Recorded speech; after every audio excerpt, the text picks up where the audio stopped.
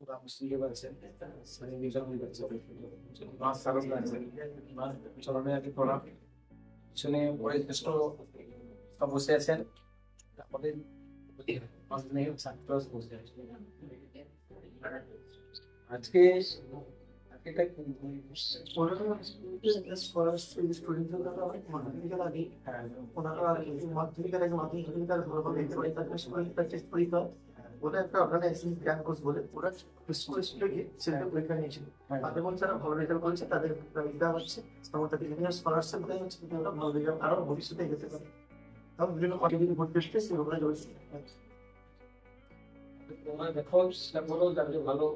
পড়াশোনা করো ভালোভাবে পড়াশোনা করে জীবনে বড় হতে পারবে সবার মূলে